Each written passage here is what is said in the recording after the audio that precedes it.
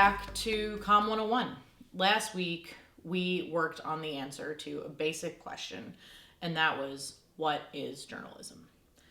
This week, I want to dig a little bit deeper and talk about something that, since its inception, has impacted the state of journalism in the United States, and that is the Fairness Doctrine. Several weeks back, we talked about the FCC. The origins of the Fairness Doctrine lie within the Radio Act and then within the Communications Acts, with the idea that licensees of the FCC had a duty to promote a basic standard of fairness.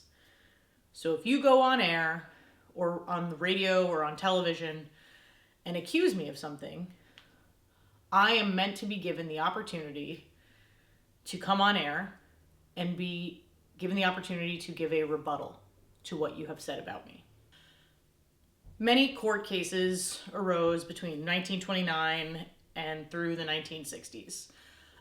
Many broadcasters thought that the doctrine was an infringement on their free speech, and when the courts routinely ruled in favor of the FCC, some broadcasters opted to stay away from any controversial programming at all. In 1969, the Supreme Court ruled in favor of the FCC again in Red Lion Broadcasting Company versus the FCC.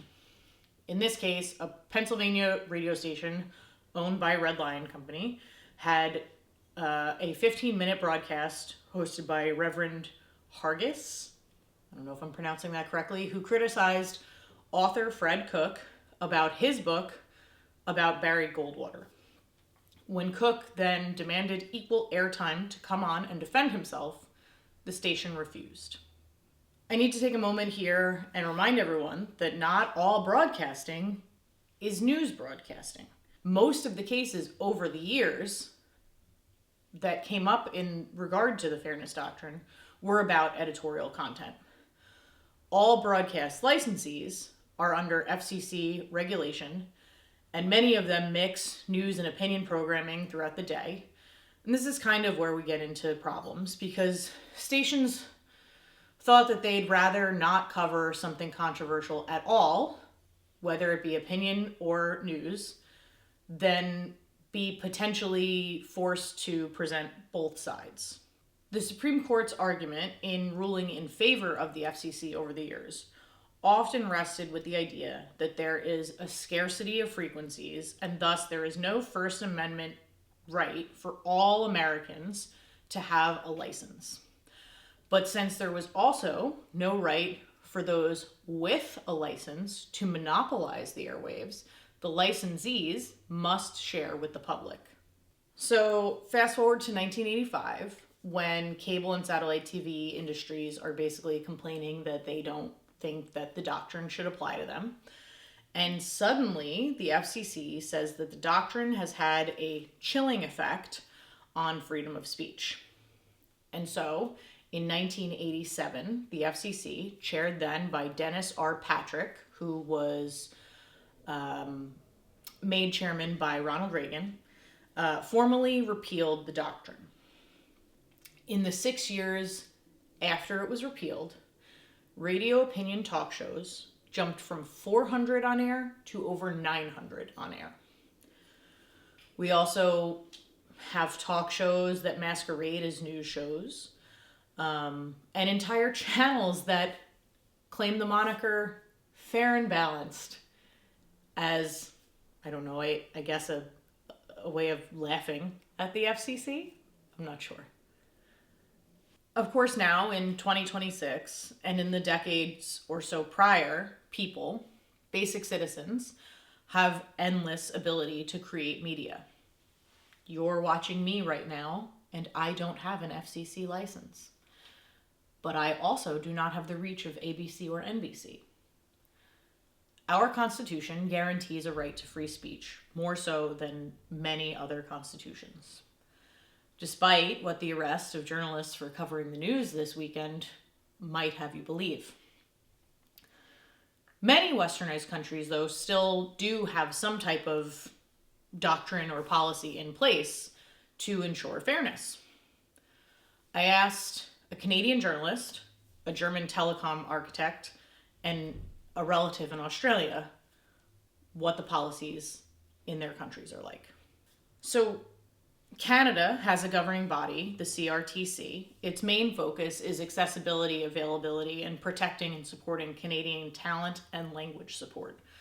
The CBC, the Canadian Broadcasting Corporation, is government funded, so it has strict regulations when it comes to equal time for all sides. Outside of that, there are various broadcasting associations that require members to maintain fairness. In Canada, speech that incites hate is not protected. In Australia, the ACMA is the equivalent of the FCC.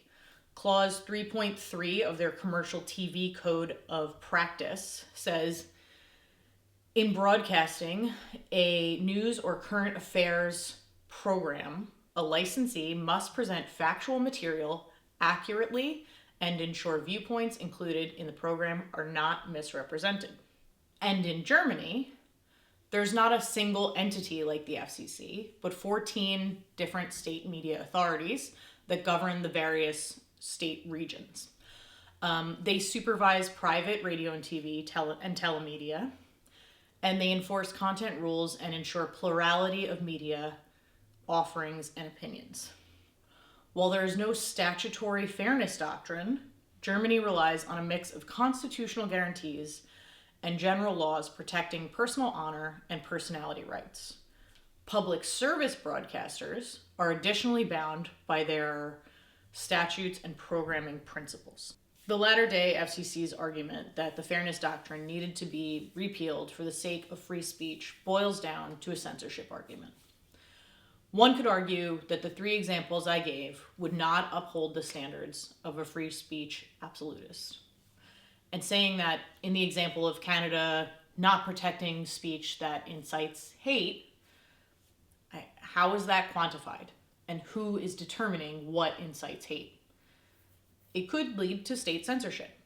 Was this repeal good?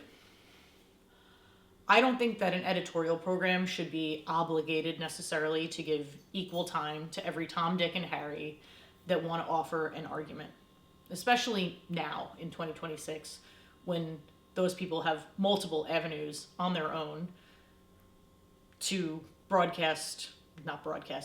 put out their message, put forth their message. That said, I do think editorial content should be clearly defined as editorial content, not news. I think people should start to realize that most of the people that are on news panels are paid to be there. I don't believe in censorship. Certainly not by the state, certainly not by anybody, certainly not by, the government laying it on thick to a comedian's bosses so that if he continues certain jokes, he'll get fired and the owner of said stations won't get their licenses renewed or won't be able to be part of a merger, or, news outlets that have fact-checked and verified information are getting leaned on because of mergers that they are involved in. But I also don't think you should just be able to speak with impunity. I think there should be consequences. If you libel someone or if you incite a violent uprising at the seat of government. The folks at Semaphore's Mixed Signals podcast had a great chat a few weeks back with the State Department's Undersecretary for Public Diplomacy. There's more that she said that I'd agree with than I would have expected considering who appointed her. It's worth a listen if you're interested at all in free speech. I'll link to it in the notes for this episode. I do want to remind you all, when we talk about these things, it's always worth noting the folks you see on the news are generally paid to be there.